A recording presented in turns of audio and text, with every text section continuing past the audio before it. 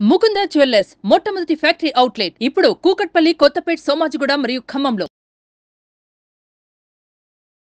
నమస్తే రమగారు. మంచి భలే చందమామ కథ ఉంది. అవునా?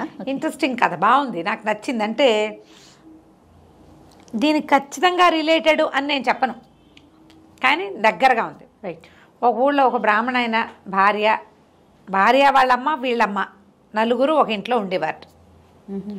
ఈ భార్యకి ఎంతసేపు వాళ్ళమ్మ అంటే ఇష్టం, అత్తగారంటే విసుగు. ఓ రోజు కొంతకాలం గడిచాక ఓ రోజు చెప్పిందట, ఏమైనా సరే ఇక మీ అమ్మ మనతో ఉంటానికి వీల్లేదు, మీ అమ్మ కనుక ఉందంటే నేను మా అమ్మని తీసుకుని లేచకపోతా అని చెప్పింది. సరే, భార్య అంటే ఇష్టం ఆయనకి. ఏం చేస్తాడు సరే అనుకుని ఏమన్నాడు, అమ్మ చెల్లాయికి ఏంటో బాగులేదుటే, వాళ్ళ ఇంట్లో ఏదో ఇబ్బందిగా ఉందిట, ఎవరినైనా అమ్మని తోడు పంపించు, ఎవరినైనా ఇచ్చి పంపించమంది, ఎవరో ఎందుకు, నువ్వు మధ్యాహ్నం అన్నం తినేసేయి, నేను నిన్ను తీసుకెళ్ళి దింపుతానన్నాడు. ఈ అమ్మ కొంచెం సాత్వికురాలు. కూతురు అండతోటి ఆ కూతురు కోడల తల్లి కొంచెం గైరుగా ఉండేది. ఇప్పుడు ఆడ మగ ఉన్నారు, భర్త మగవాడి సపోర్ట్ ఉన్న వాళ్ళు ఒక రకంగా, ఆడవాళ్ళ సపోర్ట్ ఉన్న వాళ్ళు ఒక రకంగా ఉంటారు. ఆయన బయటికి వెళ్ళిపోతాడు, ముగ్గురు ఆడవాళ్ళు ఇంట్లో ఉంటారు, వాళ్ళిద్దరూ ఓ జట్టు, తల్లి పిల్ల. అత్తగారి మీద పడతారు, ఈవిడ మెతకది. సరే, ఏమైంది, కొంచెం ఎండెక్కింది, మధ్యాహ్నం అన్నం తిన్నాక అమ్మని వెంట పెట్టుకుని ఆవిడ చిన్న సంచిలో, చేతి సంచిలో ఒక చీర జాకెట్ పెట్టుకుంది. అప్పట్లో ఏమిది, చిన్న మూటలు కట్టుకునేవాళ్ళు, అంతేగా. ఆ మూట సంకాన్ని పెట్టుకుని కొడుకుతో పాటు వెళ్ళింది. తర్వాత బాగా ముందుకు వెళ్ళాక అమ్మ కాళ్ళు వస్తున్నాయి, ఒక గంట పడుకుందాము, ఒక అరగంట పడుకుని చీకటి పడే వాళ్ళకి చెల్లా ఇంటికి చేరదాం అని చెప్పాడు. సరే, తల్లి ఏం చేసింది, మూట ఎత్తి కింద పెట్టుకు పడుకుంది. కొడుకు పడుకోలే. తల్లి అక్కడ పడుకోగానే చల్లగా వెనక్కి నడిచి ఊరు వెళ్ళిపోయాడు. ఆవిడ ఎక్కువసార్లు వెళ్ళిన మనిషి కాదు పాపం, పెద్దగా దారులు తెలిసిన ఆవిడ కాదు. ఇప్పుడు పని పాటలు చేసుకునే వాళ్ళైతే ఆ దారిని అడవికి పోవటం, ఆ దారిని గొడ్డుగోదా తోలుకుపోవటం, వాళ్ళకి దారులు తెలుస్తాయి. ఇంత ఉండే ముసలమ్మకి ఏం తెలుస్తాయి దారులు తెనులు? ఆవిడ కాస్త లేచి కూర్చుంది. చూస్తే కొడుకు లేడు, ఏదో కాస్త అలా బాతకెళ్ళి ఉంటాడు అనుకుని కూర్చుంది. రాలా, చీకటి పడిపోయింది, భయం వేసేసింది ఆవిడకి. ఎటు వెళ్ళాలో తెలీదు, ఏడ్చుకుంటూ కూర్చుంది. అయితే ఏంటంటే అది సాయంకాలం చీకటి పడుతూ ఉండగా కాలాలన్నీ తిరుగుతున్నాయట. వేసవికాలం, వర్షాకాలం, శీతాకాలం, ఈ 3 కాలాలు ఆ దారిన వెళ్తున్నాయి. మనిషి రూపంలో వెళ్తున్నాయి. అయితే ఎండాకాలం అందుట ఈ ముసలమ్మ ఎందుకో ఏడుస్తోంది. నేను కనుక్కుంటానని ముసలమ్మ దగ్గరికి వచ్చింది. అవ్వా, నేను ఎండాకాలాన్ని, నా కాలం అంటే నీకు ఇష్టమైనా అందుట. ఎందుకు ఇష్టం కాదు నాయనా, ఎంతో ఇష్టం. ఎండాకాలం వస్తే ఎంచక్కా మామిడి పళ్ళు వస్తాయి, ఎంచక్కా మల్లెపూలు వస్తాయి, ఒడియాలు పెట్టుకోవచ్చు, ఆవకాయ పెట్టుకోవచ్చు, హాయిగా పొద్దంతా నిల్చుంటుంది, రోజంతా పని చేసుకోవచ్చు, పనిపాటల రోజులు నాయన. ఎండాకాలం అంటే, వేసంకాలం అంతా మంచి కాలం ఇంకోటి ఉంది, అసలు నువ్వు ఎంతో మంచివాడివి బాగుంది అన్నది. అనేసరికి వేసవకాలానికి సంతోషం వేసింది. అబ్బో, ఎంత బాగా మెచ్చుకుంటుంది ముసలిమామ, సంతోషించాడు, వెళ్ళిపోయి. ఇప్పుడు వర్షాకాలం వచ్చింది. అవ్వ ఎక్కడికి వెళ్తున్నావు, ఎందుకు ఏడుస్తున్నావు అని కనుక్కొని, నా పేరు వర్షాకాలం, నా కాలం అంటే నీకు ఇష్టమేనా అంది. ఎందుకు కాదు నాయన, వర్షాకాలం వస్తే హాయిగా ఉంటుంది, చక్కగా చినుకు పడుతుంటే భూమి మీద నుంచి వాసన బాగా వస్తుంది, పంటలు బాగా పండుతాయి, మొక్కలు ఎంత బాగుంటాయో, వర్షాకాలం మహా బాగుంటుంది వర్షాకాలం అంతా. తర్వాత నువ్వు నీళ్లు వర్షాకాలం లేకపోతే మాకు నీళ్ళు ఎక్కడమే, నీళ్ళతోటే కదా మనుషులు బతికేది, నీళ్ళతోటే మనుషులు బతుకుతారు, నువ్వు లేకపోతే మాకు నీరెక్కడిది నాయనా. కాబట్టి నువ్వంటే నాకు ఎంతో ఇష్టం, వర్షాకాలం ఎంత హాయిగా ఉంటుందో అన్నదానంగానే వర్షాకాలాన్ని కూడా సంతోషం వేసేసింది, వెళ్ళిపోయాడు. ఇప్పుడు శీతాకాలం వచ్చేట్టు. ఈ శీతాకాలం అవ్వ అని మాట్లాడిచ్చింది. ఏమిటి అని కనుక్కుంది. నేను శీతాకాలాన్ని, నేనంటే నీకు ఇష్టం లేదా? ఎందుకు ఇష్టం లేదు నాయన, శీతాకాలం ఎంత బాగుంటుందో, లేత ఎండ, నీరెండ, హాయిగా ఉంటుంది. పైగా శీతాకాలం రాత్రిళ్ళు ఎంతసేపు పడుకుని, రాత్రిళ్ళు పెద్దవి, ఎంతసేపు అయినా పడుకోవచ్చు, ఎక్కువసేపు నిద్రపోవచ్చు, చక్కగా నెగ్గళ్ళు వేసుకోవచ్చు, పంటలు చేతికి అందుతాయి శీతాకాలంలో. ఎండాకాలంలో మొదలైన పంట శీతాకాలంలో చేతికి అందుతుంది. పంటలన్నీ ఇంటికి వస్తాయి, పండగలు వస్తాయి, పెద్దవాళ్ళకి పెట్టుకుంటాం. శీతాకాలం అంత హాయి అయిన కాలం ఇంకోటి ఉంది, నువ్వెంతో మంచివాడవు నాయన అనగానే 3 కాలాలు ఓసారి వచ్చేసాయి. ముగ్గురు వచ్చారు. వచ్చి మేము ముగ్గురము అంటే నీకు ఇష్టమా అంటే మాకు ఇష్టమే, ఏ కాలమైనా నాకు ఇష్టమేనది అనగానే ఏమన్నారు, నువ్వు అటు తిరిగావు, అటు కాదు ఇటు తిరుగు, మీ ఇంటికి వెళ్ళిపోవచ్చు, నడుచుకుంటూ వెళ్ళిపో. ఇక నువ్వు నవ్వితే నవరత్నాలు రాలుతాయి, మాట్లాడితే ముత్యాలు రాలుతాయి. నువ్వు ఇంత మంచి మాటలు చెప్పావు కాబట్టి మాట్లాడంగానే ముత్యాలు పడిపోతాయి నోట్లో ఇంచి, నవ్వితే నవరత్నాలు రాలిపోతాయి. వరం ఇస్తున్నావు, ఇంటికి వెళ్ళిపోమన్నారు. రెండో వైపుకి తిప్పారు కదా, వెనక్కి మళ్ళీ నడుచుకుంటూ పోయింది. తెల్లవారుజాముకి ఇల్లు చేరిపోయింది. ఆవిడ ఒక్కతే వెళ్ళాలి కదా. తెల్లారి 4:30 కల్లా మెలకు వచ్చిన బామ్మడు ఆయన సంధ్యావందనం చేసుకోవడం లేస్తాడుగా బ్రాహ్మీ ముహూర్తంలో. తలుపు తీసేసరికల్లా వాకిట్లో కూర్చునింది అమ్మ. ఏమేమో మా అమ్మ వచ్చేసిందే అని కేకేశాడు. బయటకు వచ్చింది కోడలు. ఏమిటంటే ఎందుకు వచ్చారంటే, నేనేం చేయను, నాకు భయం వేసింది, అక్కడ ఎవరు లేరు అనగా ఆవిడ నోట్లోంచి ఏమిటో పడిపోతున్నాయి. ఏం పడిపోతున్నాయని దీపం పెట్టి చూస్తే అన్నీ ముత్యాలు కనపడుతున్నాయి. ఇదేమిటి, ఎక్కడి నుంచి ముత్యాలు రాలుతున్నాయి? ఆశ్చర్యపోయింది. ముత్యాలన్నీ ఏరుకుంది. ఏం మాట్లాడించినా ఆవిడ నోట నుంచి ముత్యాలు రాలుతున్నాయి.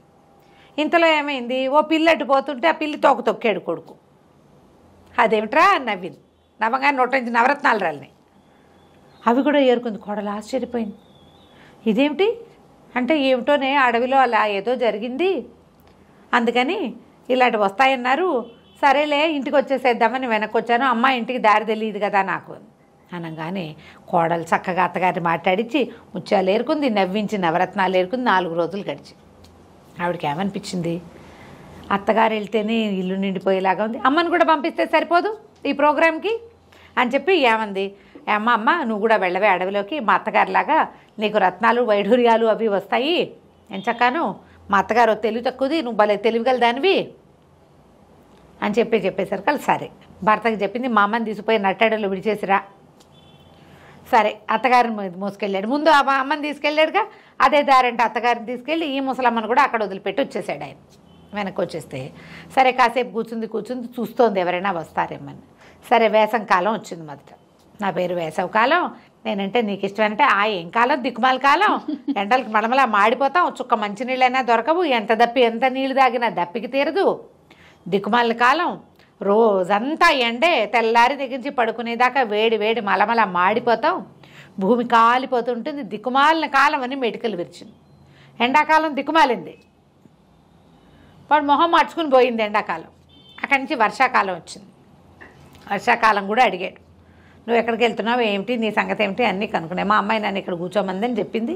సరే నేను, నా పేరు వర్షాకాలం, నా కాలం అంటే నీకు ఇష్టమేనా? ఏం కాలం, దిక్కుమాల వర్షాకాలం, పొద్దున్న దగ్గర నుంచి రాత్రి దాకా పొద్దున్నే వచ్చిన వాన పొద్దుకి వచ్చిన చుట్టం పోరట్టు, వానలు పొద్దున్నే వస్తాయి, రోజంతా వర్షము, ముసుర్లు, ఒక కూర దొరకదు, ఓ నార దొరకదు, బురద, మట్టి, మశానం, కంపు, బట్టలు ఆరవు, గుడ్డలైనా ఆరవు కదా, అంతేగా, బట్టలు ఆరవు, ఒక కూర ఆరదు, ఏది ఆరదు. బియ్యం ఆవిడకి ఏంటంటే రాత్రిపూట పిండి తినాలి ముసలమ్మ. బియ్యం ఆరబోసుకుంటే బియ్యం ఆరనివ్వవు, 5 రోజులైనా ముఖవాసన కొడతాయి, ఊరంతా కంపు అని తిట్టింది. వర్షాకాలం నిర్గాంతిపోయింది. అదేమిటి ఇలా చెప్తుంది అని వెళ్ళిపోయింది. ఈసారి శీతాకాలం వచ్చింది. శీతాకాలం వాడు కూడా కొంచెం కుశల ప్రశ్నలు వేసి అడిగాడు, నేనంటే నీకు ఇష్టమేనని. చిచ్చి ఒట్టి దిక్కుమాల కాలం, పెచ్చ దోమలు శీతాకాలం వస్తాయి, వెర్రి చలి, మునగ తీసుకుని పడుకున్నా చలి వెచ్చదనం రాదు, పైగా పొద్దే నిలవదు, పగలే కనపడదు, ఓ వస్తువు ఎండదు, ఓ ఇది ఎండదు, ఒళ్ళు పగిలిపోతుంది, చంటి పిల్లలు ఉన్న వాళ్ళ ఇంట్లో ఉచ్చబట్టలు ఆరేసుకోవడమే సరిపోతుంది. దిక్కుమాల శీతాకాలం ఏం బాగుంటుంది అనగానే 3 కాలాలకి ఒళ్ళు మండిపోయింది. కాలమహత్యం ఒప్పుకోవట్లేదు, అదే కదా ముసలమ్మ. అక్కడి నుంచి ముగ్గురు వచ్చి ఈ ముసలావిని గాడిదగా మార్చి, నువ్వు మాట్లాడితే నువ్వు ఓండ్ర పెట్టావంటే నీ నోట్లోంచి పురుగులు రాలుతాయి పో అని పెడేయాలని ఒక దెబ్బ కొట్టినాయి. వెనకాల వచ్చిన దారినే పరిగెత్తింది గాడిద, వెళ్ళి వాకిట్లో నుంచి. ఈ తెల్లవారయ్యేసరికి ఈ కూతురు ఏమనుకుంది, అమ్మ వచ్చేసి ఉంటుందని తలుపు తీస్తే గుమ్మ దగ్గర నిలబడిన గాడిద కనపడి, యోచన ఎవతివే నువ్వు అని ఇలా కొట్టబోయేసరికల్లా నోట్లో నుంచి పురుగులు రాలుతున్నాయి. అది అని ఓండ్ర పెట్టింది గాడిద. పురుగులు రాలుతుంటే అర్థం కాలేదు, ఎంత తోలినా ఆ గాడిద అవతలకి వెళ్ళదు, వీళ్ళింటోనే వెళ్ళాడుతుంది. వాళ్ళ అమ్మేమో తిరిగి రాలే, మొగుడిని పంపించింది. మొగుడిని పంపించేసరికల్లా మొగుడు వెళ్ళి చూసొచ్చాడు, అక్కడ మీ అమ్మ లేదు. అక్కడే గాడిద కాళ్ళ గుర్తులు కనపడ్డాయి, అమ్మని ఎక్కడ వదిలిపెట్టాడో అక్కడ. ఆ గాడిద అమ్మేనని అర్థమైంది. ఇప్పుడు ఏం చేయాలి, అది ఓండ్ర పెట్టిందంటే నోట్లోంచి పురుగులు రాలుతాయి. అత్తగారు కోడలు ఏం చేయాలో తెలియలేదు. కోడలు బతిమలాడింది అత్తగారు, నిజంగా అక్కడ ఏం జరిగిందో చెప్పండి అంటే, వాళ్ళు ఇది అడిగారు, నేను ఇది చెప్పాను అనగానే కూతురికి అర్థమైపోయింది. మా అమ్మ అతి తెలివికి పోయి ఏదో పెడసరంగా, పైగా ఏంటంటే కూతురింట్లో సాగుతోంది ఆవిడకి ఇష్టారాజ్యం. ఏం మాట్లాడినా అల్లుడు నోరు మూసి కూరుకుంటాడు. అల్లుడు అమ్మగారు అసలు నోరు తెరవదు, ముందే మెతకది. ఇప్పుడు పెత్తనం ఎక్కువగా ఉంది కదా, దాంతో ఏదో ర్యాష్గా మాట్లాడింది, ఇట్లా వచ్చిందని ఇంకేం చేస్తుంది? ఆ గాడిదని దొడ్లో కట్టేసుకుని ఆవిడ అరిచినప్పుడల్లా రాలే పురుగుల్ని ఊడ్చుకుంటూ సర్దుకుని ఊరుకున్నారు. కాలానికి అంత మహత్యం ఉంటుంది. ఏ కాలాన్ని తిట్టకూడదట, అది ఏ ఋతువుని తిట్టకూడదు. సస్తనం ఈ వానాకాలం ఎప్పుడు పోతుందో, సస్తనం ఎండాకాలం ఎప్పుడు పోతుందో అనకూడదు. ప్రతిదాన్ని మనం ఆస్వాదించాలి. ఆ కాలపు గొప్పతనం ఆ కాలందే, అంతే కదండి. ఏ కాలానికి గొప్పతనం. మన వాళ్ళంతా ఏం మాట్లాడతారు, పూర్వకాలం మంచి కాలం అనుకుంటారు. అవును, అవునా కాదా? అంతే, గడిచిందంతా మంచిదే అనుకుంటాం. మంచిది అనుకుంటాం ఎప్పుడు కూడా. కానీ పోయింది పొల్లు అనుకోం ఈ విషయంలో. అవును రమ్మగారు కదా, మనం ఇంకా భవిష్యత్తు మీద ఆశతోటి ఉండాలి. వచ్చే కాలం మంచి కాలం, ఈ కాలము మంచిదే, వచ్చే కాలము మరీ మంచిది అనుకోవాలి. అనుకుంటే బాగుంటుంది. కథ చూడు ఎంత ముచ్చటగా ఉంది, చాలా బాగుందండి, అద్భుతం. నమస్తే రమ్మగారు. నమస్తే.